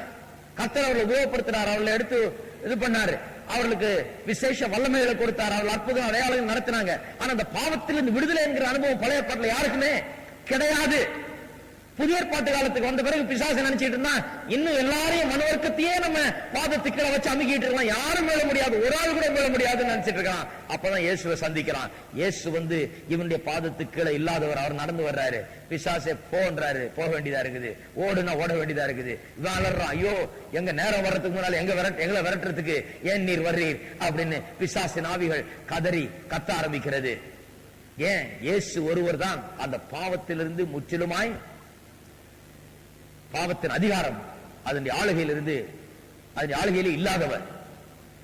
அவர் நமக்கு அந்த விடுதலையை பெற்றுக் கொடுத்தார். ஆனா யாரையும் விடுதலை ஆக்க முடியாதுன்னு. ஆனா அவனுடைய பொருட்களை கொள்ளையடித்தது வேதம் சொல்லு பாத்தீங்களா? பலவான் தன் பொருளை பாதுகாத்து வச்சுக்கிறான், ஆயுதம் ஏந்தி நின்றுட்டு இருக்கான். பிசாசு அப்படிதான் நம்மளை பிடிச்சு வச்சுட்டு இருந்தான், உள்ள வச்சுட்டு வெளியே துப்பாக்கியோட நின்றுட்டு இருந்தான். அவனோட பலவான் இயேசு வந்து அவன் துப்பாக்கியை ஒண்ணும் இல்லாம ஆக்கி அவனுடைய காவலை அழித்து போட்டு நம்ம விடுதலையாக்கி அவனை மேற்கொள்ளும்படியாக நமக்கு பலனை கொடுத்திருக்கிறார். அதுதான் நமக்கு நடந்திருக்கிறது. இப்ப அவருக்கு அடிமைகளா இருக்கிறோம். இனி ஒருபோதும் தொட முடியாது, ஒருபோதும் நம்மை திரும்பவும் அடிமைத்தனத்துக்குள்ளாக கொண்டு போக முடியவே முடியாது. நல்லா நினைவில் வைத்துக் கொள்ளுங்க. திரும்பவும் பாவத்துக்கு அடிமையாக முடியுமா? முடியவே முடியாது. தேவனுக்கு அடிமையானவர்கள் பாவத்துக்கு அடிமையாகவே முடியாது. தேவனுக்கு அடிமையானவர்கள் அவருக்கு சொந்தமானவர்களா இருக்கிறபடினால அவருக்கு சொந்தமான ப்ராப்பர்ட்டி அவர் கரெக்டா பாத்துக்கிறார். அவர் வீட்டுல போய் எவனை எடுத்துட்டு வர முடியாது, அவரிடத்தில் உள்ளதை எவனும் பறித்து போட முடியாது, அவர் கையிலிருந்து யாரும் பிடுங்கி கொண்டு போக முடியாது. அது முடியவே முடியாது. விசுவாசிகள் பாங்க இதுல உறுதியா இருக்கிறது இல்ல. விசுவாசிகள் என்ன நினைச்சிட்டு இருக்காங்க? சிலர் நினைக்கிறாங்க இன்னும் பாவத்திலிருந்து விடுதலை கிடைக்கல நினைச்சிட்டு இருக்காங்க. சிலர் நினைக்கிறாங்க விடுதலை கிடைச்சிருக்கியா, ஆனா திடீர்னு வந்து இந்த பிசாசு என்ன கொள்ள கொண்டு போயிடுறாங்க. பிசாசு என்ன பண்ணிடுறானா? கொள்ள கொண்டு போயிடுறாங்க. இது என்ன தேவனுடைய வீடு நான் திறந்தா கிடக்குது? தேவன் அங்க எல்லாம் கரையும் கொடுத்து வாங்கி வச்சிருக்கிறாரு. பிசாசு நேரம் வந்து நீ வான் கழுத்தை பிடிச்சி எடுத்துட்டு வெளியே போயிட முடியுமா? இது என்ன ஃப்ரீ ஃபார் ஆல்? அது இதெல்லாம் சத்திரம் அவன்பாட்டுக்கு வந்து கடகடன்னு நம்மளை வந்து கழுத்தை பிடிச்சி இழுத்துட்டு போய் தனக்கு அடிமையாக்கி கொள்ளுகிறதுக்கு நான் சொல்லுகிறேன், தேவனுடைய பிரசன்னத்துக்குள்ளாக அவன் வந்து நம்மை அவன் பிடுங்கி போட முடியாது, பறித்து போட முடியாது. We are safe and secure. நாம் பத்திரமாக அவருடைய அடிமைகள் என்று சொன்னால் அவருடைய பாதுகாப்பின் கீழ், அவருடைய ஆளுகையின் கீழ், அதிகாரத்தின் கீழ் நாம் வாழ்ந்து கொண்டிருக்கிறோம். பாவம் இனி நம்மை அடிமைப்படுத்தவே முடியாது. இனி பாவத்தின் அடிமைத்தனமே கிடையாது. அப்படி திங்க் பண்ணணும். நிறைய விசுவாசிங்க எப்போன்னு தெரியலையா திடீர்னு திரும்பியும் பாவத்துக்கு அடிமை ஆயிடுவேன் போல இருக்கு. கரெக்டா அடிமை ஆவாங்க அந்த மாதிரி ஆளு. ஏன்னா அந்த மாதிரி திங்கிங் அப்படிதான் போயிட்டு இருக்கிறாங்க.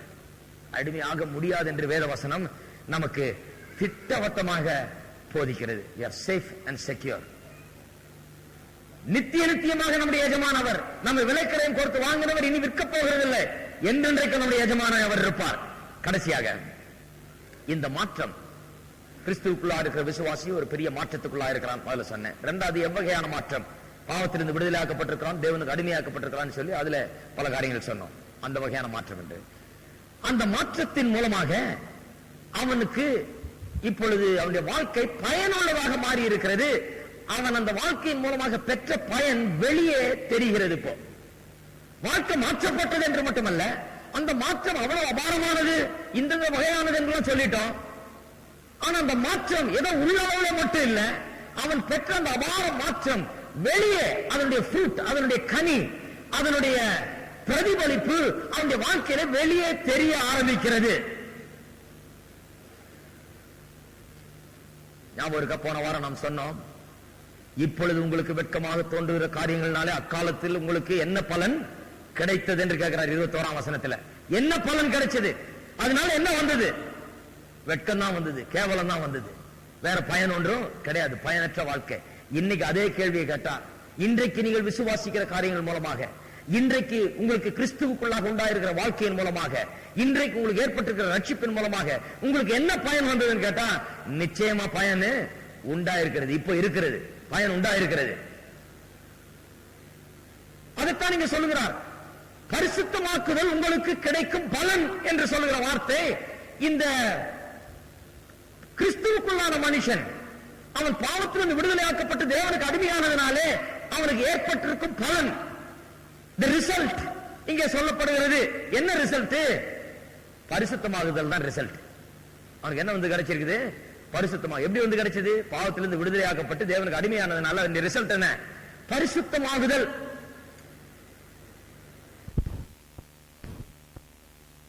கனியை கொடுக்கிறது, கெட்ட மரம் கெட்ட கனியை கொடுக்கிறது. இயேசு சொன்னார், கெட்ட மரம் நல்ல கனியை கொடுக்க முடியாது, நல்ல மரம் கெட்ட கனியை கொடுக்க முடியாது.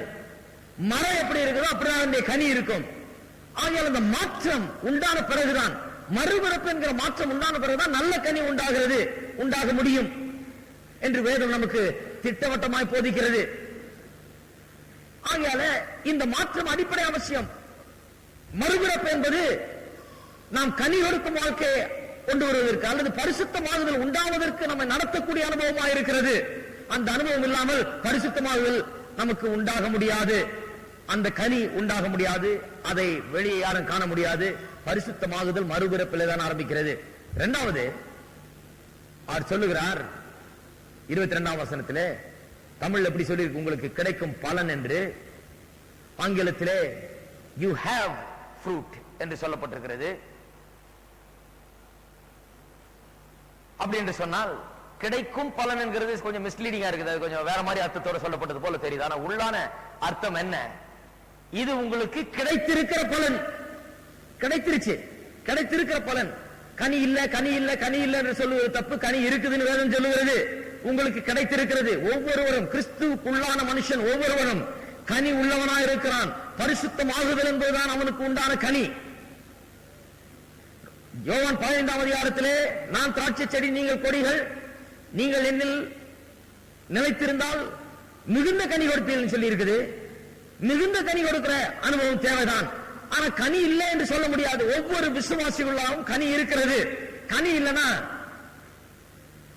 ஒருவேளை விசுவாசியே இல்லாம இருக்கலாம். ஒவ்வொரு விசுவாசிகளுக்குள்ளும் கனி இருக்கிறது. இன்னும் அதிக கனி கொடுக்கலாம், அந்த கனி இன்னும் பெருகலாம். அந்த கனி என்ன? பரிசுத்தமாகுதல் என்கிற கனி. பரிசுத்தமாகுதல் என்றால் என்ன? பரிசுத்தமாகுதல் என்று சொன்னால், பரிசுத்தம் என்று சொன்னாலே டு பி செட் அபார்ட், பிரித்தெடுக்கப்படுவது, ஒரு பிரத்யேக உபயோகத்துக்காக பிரித்தெடுக்கப்படுவது.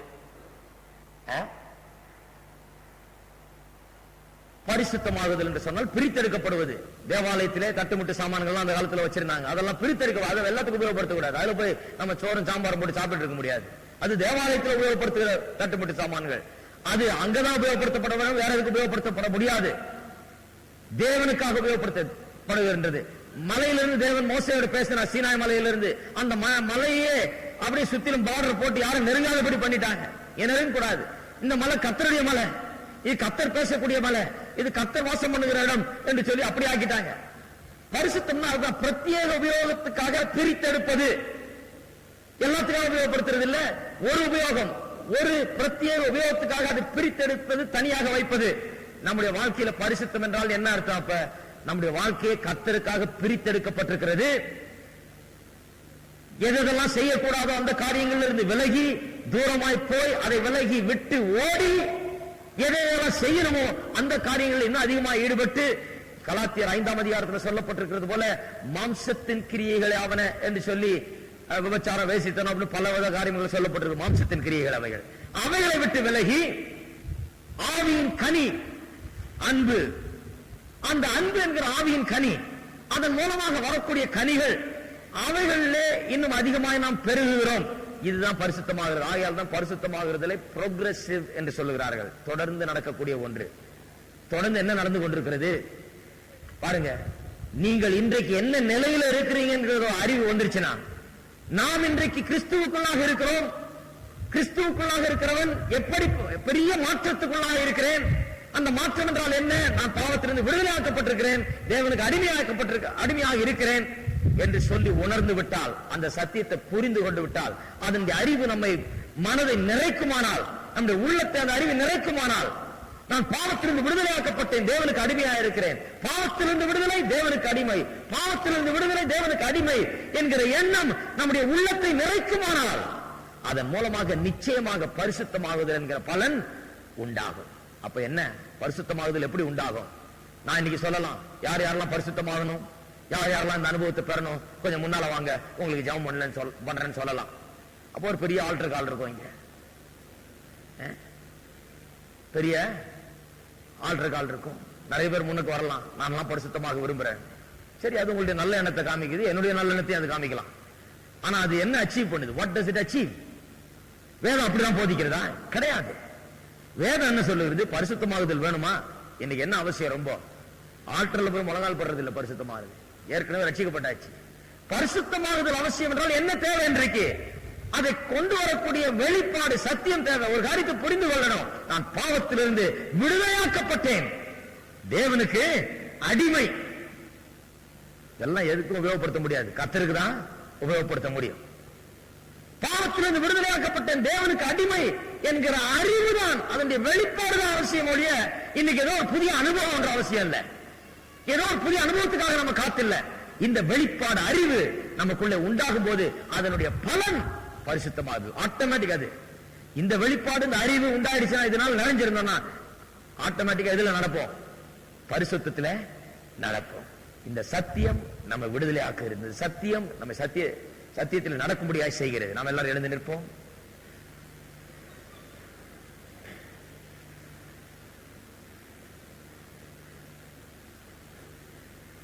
நாம் சற்று ஒரு நிமிஷம் we must take an inventory of ourselves.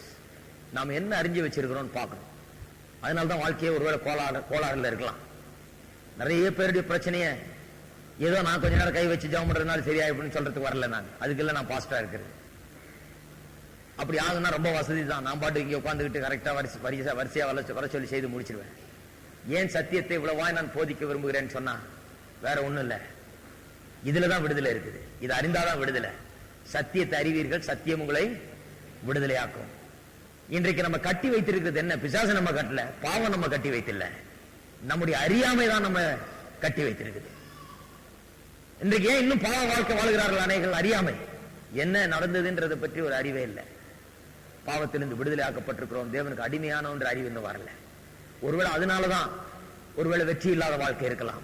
ஒருவேளை அதனாலதான் பாவம் திரும்ப திரும்ப நம்முடைய வாழ்க்கையில காணப்படலாம். ஒருவேளை அதனாலதான் மறுபடியும் இந்த பாவத்திலே உழந்து கொண்டிருக்கலாம்.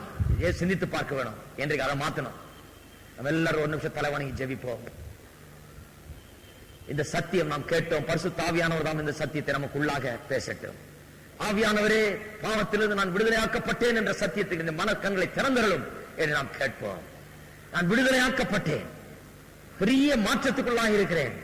அந்த எல்லை ஆளுகை அதிகாரத்திலிருந்து எனக்கு விடுதலை. நான் உமக்கு அடிமை, உமக்காக ஜீவிக்கும்படியாய் பிரித்தெடுக்கப்பட்டிருக்கிறேன். வேற எந்த உபயோகத்துக்காகவும் கிடையாது. உமக்கு அடிமை, நான் பாவத்திலிருந்து விடுதலை பெற்றவன் என்கிற அறிவை, அதன் வெளிப்பாடு எனக்கு உள்ளத்தில் வைத்தருளும் ஆண்டவரே என்று கேட்போம். அது உங்களுக்கு விடுதலையை கொண்டு வரும். அது உங்களை வெற்றியோடு வாழச் செய்யும். அது பாவத்தை ஜெயிக்க உங்களுக்கு உதவும். அது பரிசுத்தத்திலே உங்களை நடத்தும். ஹல்லேலூயா. கரங்களை உயர்த்தி நாம் கர்த்தரை ஸ்தோத்திரிப்போம். கேட்ட சத்தியத்துக்காக நாம் கர்த்தரை ஸ்தோத்திரிப்போம்.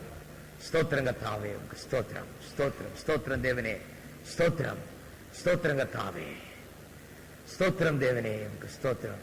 எங்கள் அன்பின் தேவனே, கர்த்தா இயேசுவின் நாமத்தில் மண்டல வருகிறோம். இந்த காலை வேளையிலே எங்களை கூட்டி சேர்த்தபடியால் உமக்கு ஸ்தோத்திரம். சத்தியத்தை அறிவீர்கள், சத்தியம் உங்களை விடுதலை ஆக்கும் என்று சொன்ன வார்த்தையின்படி விடுதலை ஆக்குகிற சத்தியத்தை எங்களுக்கு நீர் காண்பித்தபடியால் உமக்கு ஸ்தோத்திரம். விடுதலை ஆக்கப்பட்டவர்கள், கிறிஸ்துவுக்கு சொந்தமானவர்கள், கிறிஸ்துவுக்கு அடிமைகள் என்கிற சத்தியம் உள்ளத்தின் ஆழத்திலே பதியட்டும். அதன் வெளிச்சம் உண்டாகட்டும். அதை குறித்த ஞானமும் விவேகம் ஒவ்வொரு உள்ளத்திலும் உண்டாகட்டும். மனக்கங்கள் திறக்கப்படட்டும் கர்த்தாவே. ஒவ்வொரு வெற்றியிலையும் ஜெயத்திலையும் பாவத்தையும் பிசாசையும் ஜெயித்தவர்களாய் ஜீவிக்கட்டும். ஒவ்வொரு நாளும் பாவத்தின் மீது பிசாசின் மீது ஜெயம் உண்டாகட்டும். ஒவ்வொருவரை ஆசீர்வாதத்திலும் தொடர்ந்து நடத்தும் கர்த்தாவே. தேவைகளோடு, பாரங்களோடு, கவலைகளோடு, பிரச்சனைகளோடு வந்திருக்கிற மக்களுக்கு ஜெபிக்கிறோம். இயேசுவின் நாமத்திலே விடுதலை, சந்தோஷம், சமாதானம், சுகம், பலன், ஆரோக்கியம் உண்டாகட்டும். ஆசீர்வாதம் உடைய ஜனங்கள் மீது உண்டாகியது எப்போதும் தங்கியிருப்பதாக இயேசுவின் நாமத்திலே ஜெபிக்கிறோம். ஆமென். நம்முடைய கர்த்தராகிய இயேசு கிறிஸ்துவின் கிருபையும் பிதாவாகிய தேவனுடைய அன்பும் பரிசுத்த ஆவியானவருடைய ஐக்கியம் நம் அனைவரோடும் இன்றைக்கும் என்றைக்கும் இருப்பதாக. ஆமென். இந்த பாடலை பாடுவோம். இந்த பாடலை பாடின உடனே ஒரு முறை பாடிவிட்டு நாம் கிளம்பி செல்லலாம்.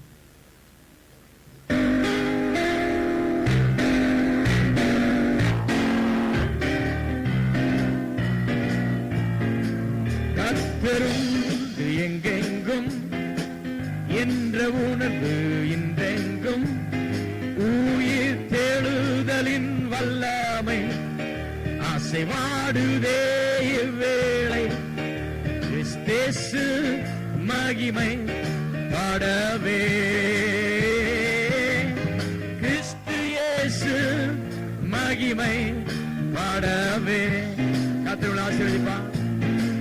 கர்த்தருண்டு எங்கெங்கும் என்ற உனக்கு இன்றெங்கும் உயிர் தெழுதலின் வல்லமை அசைவாடுதே வேளை கிறிஸ்தேசு மகிமை பாடவே.